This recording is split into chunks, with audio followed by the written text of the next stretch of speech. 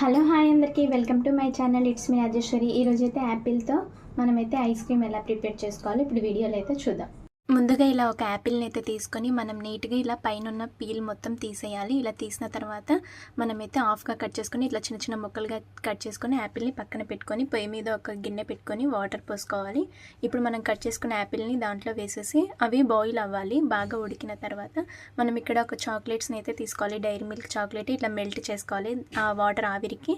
ఇప్పుడు మనం యాపిల్ ఉడికిందో లేదో చూసుకొని ఇప్పుడైతే ఒక మిక్సీ గిన్నె తీసుకొని ఉడికిన యాపిల్స్ని అయితే దీంట్లో వేసుకోవాలి.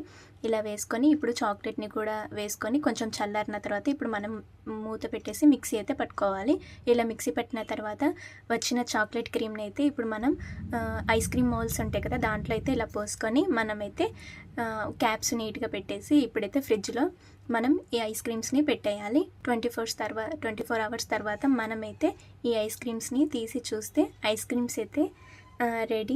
ఇలా ఒకసారి ట్రై చేయండి, చాలా బాగుంటాయి. చూడండి ఎంత బాగా వచ్చాయో.